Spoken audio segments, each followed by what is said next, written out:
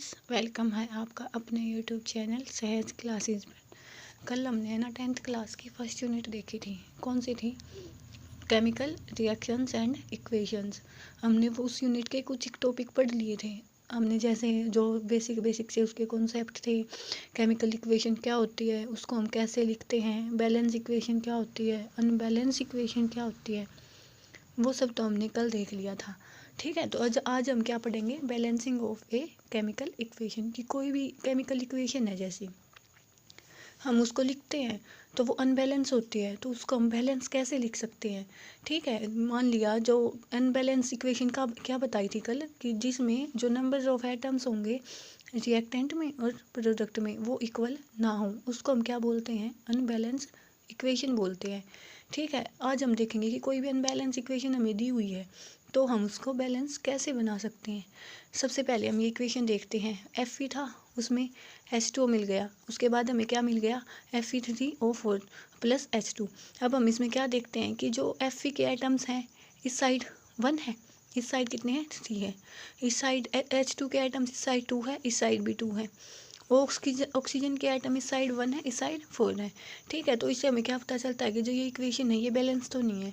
अब हम इसको बैलेंस करना सीखेंगे। सबसे पहले स्टेप ये होता है कि हमें ना, जब कोई भी इक्वेशन है उसको बैलेंस करते हैं ना, जो भी उसका केमिकल फॉर्मूला है ना, उसमें कोई चेंज नहीं होना चाहिए। मतलब कि हम उसको किसी भी कोफिशिएंट से मल्टीप्लाई कर सकते हैं। मान लिया 1 हो गया, 2 हो गया, कुछ भी हो गया, लेकिन जो मान लिया Fe है तो हम इसको Fe को चेंज नहीं कर सकते। ना ही H2O है तो H2O ही होगा, उसको नहीं अलग से लिख सकते। H2 है तो H2 ही होगा, इसको अलग से नहीं लिख सकते। लिख सकते हैं तो क्या लिख सकते हैं कि कोई भी कोफिशिएंट है, मान लिया यहाँ मल्टीप्लाई हो गई, यहाँ मल्टीप्लाई हो गई, या यहाँ मल्टीप्लाई हो गई, या यहाँ मल्टीप्लाई हो गई। ठीक है, ठीक है, तो चलो अब स्टेप वाइज देखते हैं कि कोई अनबैलेंस इक्वेशन को हम बैलेंस कैसे बना सकते हैं। सबसे पहले देखते हैं कि जो इसका स्टेप 1 होता है वो क्या होता है। सबसे पहले जो भी हमें दी हुई है ना इक्वेशन, उसके जितने भी एटम्स हैं, जितने भी एलिमेंट्स हैं, उनको हम किस में लिख लेते हैं? बॉक्स में लिख सकते हैं। उसमें बाकी उसके अलावा बॉक्स में लिखने के अलावा उसमें हमें कोई चेंज नहीं करना है, बस उसको है ना बॉक्सेस में ऐड करना है। देखो, ये Fe था पहले, उसके बाद हमने Fe लिखा है एज इट इज़। उसके बाद H2O था, H2O एज इट इज़ लिखा है। उसके बाद ये था, ये भी एज इट इज़ लिखा है, H2 भी एज इट इज़ किया है। तो क्या किया है कि इनको बॉक्सेस में बंद किया है। बॉक्सेज में क्यों बंद किया है? क्योंकि हमें इनमें कोई चेंज नहीं लेके आना, बस जो भी मल्टीप्लाई होगा वो किससे होगा? इसके आगे कोफिशिएंट होगा वो। इससे बॉक्सेज में है कि जो चीज़ हमने बॉक्सेज में लिखी है, जो इनिशियल है अपनी इक्वेशन, जो फाइनल इक्वेशन हमें मिलेगी, उनमें कोई चेंज नहीं होना चाहिए।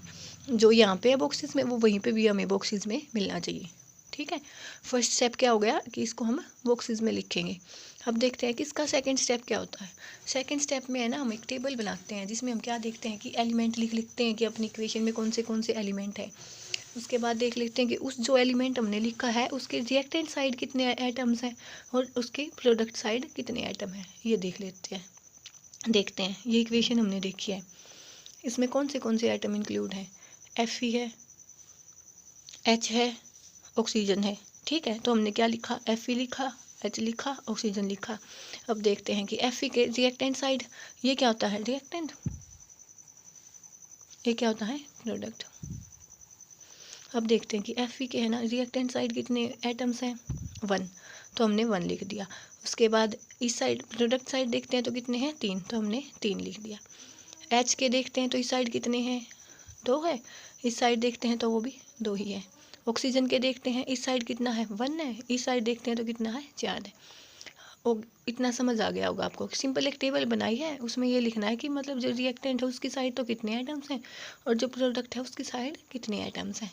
ठीक है, अब ये हो गया। अब इसके बाद हमें क्या देखना है कि इनमें से जो भी हमने एलिमेंट की टेबल बनाई है, उसमें जिसमें मैक्सिमम नंबर ऑफ एटम्स होंगे ना, हम उसको लेके चलेंगे। सबसे पहले हमें उसको बैलेंस करना है। ठीक है, देखो ये टेबल है, इसमें हमें क्या दिखता है? वो चाहे रिएक्टेंट साइड हो या चाहे प्रोडक्ट साइड हो, बस ये देखना है कि मैक्सिमम किस में है।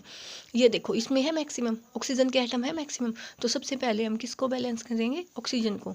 तो लिखते हैं, इसमें देखो एटम्स ऑफ ऑक्सीजन लिखा में, इनिशियल कितना था? ऑक्सीजन 1 था H2O में। इस साइड देखा था कि इनिशियल प्रोडक्ट साइड ऑक्सीजन कितना था? 4 था, किसमें? Fe3O4 में।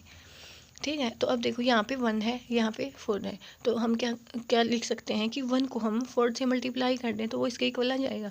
तो क्या होगा कि नेक्स्ट स्टेप पे हम क्या देखेंगे कि ये जो भी ये 1 है ना, इसको हमने क्या इसको हमने 4 से मल्टीप्लाई कर दिया। ठीक है, देखो या ये तो लिख दिया हमने, लेकिन बात क्या है कि ये बॉक्स में चेंज नहीं होना चाहिए कुछ भी। ठीक है, क्या होगा कि जो मल्टीप्लाई डिजिट होगा वो कोफिशिएंट होना चाहिए कंपाउंड का। उस हमें जो केमिकल फॉर्मूला दिया गया है उसमें कोई चेंज नहीं लेके आना। ठीक, इसमें हमने क्या देखा कि जो ऑक्सीजन एटम है वो बैलेंस हो गया है, लेकिन जो H है वो अभी भी बैलेंस नहीं है। तो हम अगेन वही देखेंगे, वही मेथड लिखेंगे। क्या लिखेंगे कि एलिमेंट्स लिखेंगे, उसके बाद जो उसकी अमाउंट है रिएक्टेंट में वो लिखेंगे, उसके बाद जो उसकी अमाउंट है क्या हाँ प्रोडक्ट में वो लिखेंगे। देखते हैं कौन से एलिमेंट थे। Fe था, H था, O था। इस साइड देखते हैं तो Fe कितना है 1 है, इस साइड देखते हैं तो Fe कितना है 3 है। H के देखते हैं इस साइड कितना है 8 है, इस साइड देखते हैं 2 है। ऑक्सीजन के देखते हैं इस साइड कितना है 4 है, इस साइड देखते हैं 4 है, मतलब ये तो अपनी बैलेंस है। ठीक है, अब देखते हैं कि अब भी वही देखना है कि जो मैक्सिमम जो अमाउंट होगा एटम का उसी को बैलेंस करना है पहले। है तो अनबैलेंस दो, एक Fe अनबैलेंस है, एक HL अनबैलेंस है, लेकिन जो मैक्सिमम एटम्स किसके हैं इनमें से हमें देखने से पता चलता है कि जो मैक्सिमम एटम्स हैं वो किसके हैं, H एटम के हैं। H एटम के हैं तो सबसे पहले हमें H को ही बैलेंस करना पड़ेगा। तो लिखते हैं जो एटम्स ऑफ H हैं वो इनिशियल कितने हैं, फाइनल हमें लेके कितने आने हैं जब बैलेंस हो चुकी होगी इक्वेशन। वही देखते हैं कि रिएक्टेंट साइड में कितने हैं, प्रोडक्ट साइड में कितने हैं, लिखते हैं। ये इक्वेशन थी, कितने हैं उसके H एटम 8 है, रिएक्टेंट में कहाँ पे 4 H2O में। उसके बाद प्रोडक्ट में कितने हैं H के एटम 2 है, कहाँ पे H2 में। अब ये 8 तो ठीक है, अब हम इसको 2 को 4 से मल्टीप्लाई कर देंगे तो हमें 8 मिल जाएगा। तो जो भी जहाँ भी H2 है ना उसको हम कहाँ किससे मल्टीप्लाई कर देंगे 4 से, तो ये क्या मिल गया हमें 8 मिल गया। उसके बाद जब ये इक्वेशन लिखेंगे तो क्या हो जाएगा Fe, इसकी ये मल्टीप्लाई देखी थी हमने फर्स्ट टाइम। उसके बाद सेकंड क्या हो जाएगा, ये एज इट इज, इस पर कोई चेंज नहीं आएगा। इसमें हमने क्या देखा था कि H2 को हमने 4 से मल्टीप्लाई करना है, वो कर दिया। तो ये इक्वेशन हम देखते हैं तो इसमें क्या दो चीज़ें हमने बैलेंस लिख ली। एक तो जो H था वो हमने बैलेंस लिख लिया, उसके बाद जो ऑक्सीजन था हमने वो भी बैलेंस लिख लिया। बच गया तो कौन सा बच गया, जो Fe एटम है वो बच गया, उसको बैलेंस देखते हैं। देखो ये था oxygen and H atom is balanced. Fe जो बच गया वो क्या है, अनबैलेंस बच गया। तो क्या देखेंगे हम कि जो एटम्स हैं वो Fe के वो कितने हैं रिएक्टेंट में और प्रोडक्ट में। हमने देखा कि रिएक्टेंट में Fe के कितने हैं 1 है, प्रोडक्ट साइड में कितने हैं 3 है। तो अब क्या होगा कि इस साइड 3 है तो हमें इसकी भी क्या होगी 3 से मल्टीप्लाई करनी होगी। मतलब रिएक्टेंट साइड में 1 था, जो अपने हमने बैक साइड में इक्वेशन देखी थी वो कितनी थी Fe प्लस में 4 H2O से मिलके हमें क्या मिल गया था Fe(O1) प्लस में H2, ये हमें मिल गया था। ठीक है, ये देखी थी हमने जो बैक साइड में इक्वेशन देखी थी, उसमें क्या देख लिया हमने, जो Fe है वो इस साइड 1 था, इस साइड 3 थे, बाकी ऑक्सीजन बैलेंस हो गई थी, H एटम भी बैलेंस हो गए थे। ठीक है, तो इनिशियल देखें तो हम कितना है Fe 1 है, फाइनल देखें तो कितने हैं 3 है। तो हम इसके 3 से मल्टीप्लाई कर देंगे तो ये भी 3 हो जाएगा। तो अब इस साइड जब इसको 3 से मल्टीप्लाई करके लिखते हैं तो क्या इक्वेशन मिल जाएगी 3 Fe plus 4 H2O plus Fe3O4 plus में 4 H2 मिल गई इक्वेशन। अब देखते हैं कि फाइनली हमने जो इक्वेशन लिखी है वो चेक करते हैं कि वो बैलेंस भी है या नहीं है। देखो इक्वेशन आ गई है 3 Fe प्लस में 4 H2O प्लस में Fe3O4 प्लस में 4 H2। देखते हैं ऐसे वैसे टेबल बना के देखें तो क्या होगा, पहले Fe लिखेंगे, उसके बाद H लिखेंगे, उसके बाद O लिखेंगे। ठीक है, इसमें का यहाँ पे क्या लिखेंगे कि रिएक्टेंट साइड में कितने हैं, यहाँ पे लिखेंगे कि जो प्रोडक्ट साइड है उसमें कितने हैं। देखो Fe के इस साइड कितने हैं 3 है, इस साइड देखेंगे तो भी 3 ही हैं। H के इस साइड देखेंगे कितने हैं 4 2 जा 8 है, इस साइड देखेंगे तो कितने हैं 4 2 जा 8 है। ऑक्सीजन के देखेंगे तो इस साइड कितने हैं 4 है, इस साइड देखेंगे तो कितने हैं 4 है। Now you can see that जो अपनी या इक्वेशन थी, अपनी जो ये इक्वेशन थी वो क्या हो गई है, कम्प्लीटली बैलेंस्ड हो गई है। ठीक है, जो भी ये मेथड हमने यूज किया है इसमें वो क्या हो गया, इसी मेथड को हम क्या बोलते हैं, हिट एंड ट्रायल मेथड। ठीक है, होप आपको समझ आ गया होगा। तो स्टेप 7 क्या है कि जो Fe है इसकी स्टेट क्या है, सॉलिड है, लिक्विड है या गैसियस है, वो इंक्लूड करना हमें।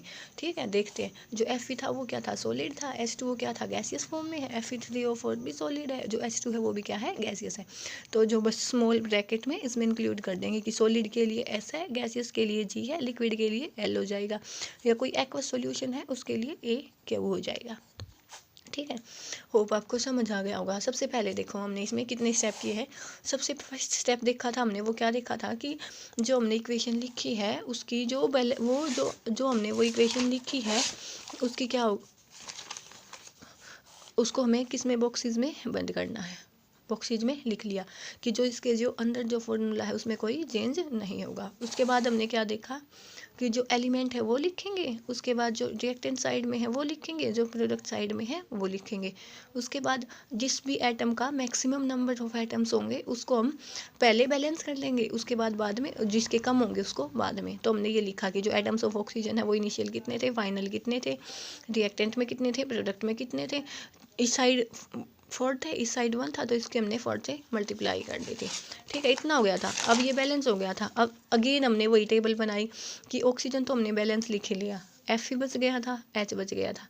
H के एटम्स देखे तो वो 8 थे रिएक्टेंट साइड में, 2 थे प्रोडक्ट साइड में। देखें तो कहाँ पे 8 किस में हो जाएंगे, फॉर H2O में, और 2 किस में हो जाएंगे, H2 में। ये देखो 8 किस में हो गई, H2O में, 2 किस में हो गई, H2 में। अब फाइनल देखें तो ये 8 तो ऐसे कि एज इट इज आ जाएगा, इसकी हमने किससे मल्टीप्लाई करनी है, 4 से, 2 4 जा 8 हो जाएगा। ठीक है, तो अब हमने ये इक्वेशन लिखी। अब इसमें हमने Fe को बैलेंस लिख लिया, Fe बच गया, हाइड्रोजन को बैलेंस लिख लिया, ऑक्सीजन को बैलेंस लिख लिया, Fe बच गया। तो देखो ये अब इक्वेशन इतनी आ चुकी थी अपनी। इसमें Fe के एटम्स अलग अलग हैं, बस इस साइड तो प्रोडक्ट साइड तो 3 है, इस साइड 1 है। तो हम देखें तो इस साइड हमने 3 से मल्टीप्लाई करने होंगे तो ये भी 3 हो जाएंगे। जब 1 को 3 से मल्टीप्लाई लिखा तो ये 3 के इक्वल आ गया। तो इसको क्या लिख सकते हैं हम, 3 Fe प्लस में 4 H2O प्लस में Fe3O4 प्लस में 4 H2।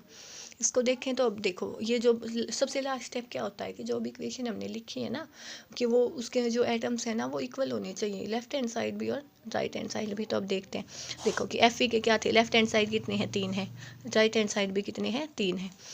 H एटम के लेफ्ट हैंड साइड कितने हैं, 8 है, राइट हैंड साइड भी कितने हैं, 8 है।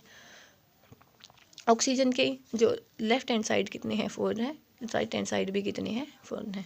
ठीक है, उसके बाद लास्ट स्टेप क्या देखा था कि जो ये सॉलिड फॉर्म होगी, गैसियस फॉर्म होगी या लिक्विड फॉर्म होगी या एक्वस फॉर्म होगी, उसको इंक्लूड करके हमें लिखना है।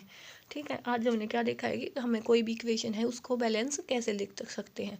तो इसके बाद हम कल क्या पढ़ेंगे, कल हम पढ़ेंगे कि जो NCERT बुक्स में एक टॉपिक के बाद जो क्वेश्चन दिए हुए होते हैं ना उनके सॉल्यूशन, मतलब जो भी मैं आपको यहाँ पे लेसन पढ़ाऊँगी ना वो कंप्लीट लेसन पढ़ाऊँगी कि जो जो पहले एक्टिविटीज़ इंक्लूड होती हैं वो भी, या जो उसमें इन टेक्स्ट जो लेसन के बीच में क्वेश्चंस होते हैं वो भी बाई विद डेफिनेशन बिल्कुल अच्छे स्टेप वाइज समझाऊंगी। उसके बाद जो लेसन ख़त्म होने के बाद जो क्वेश्चंस होते हैं वो समझाऊंगी। ऐसे ही हम जो 10th में जितने भी ये लेसन है ना देख लेंगे अपने। ठीक है, thanks for watching, thanks a lot.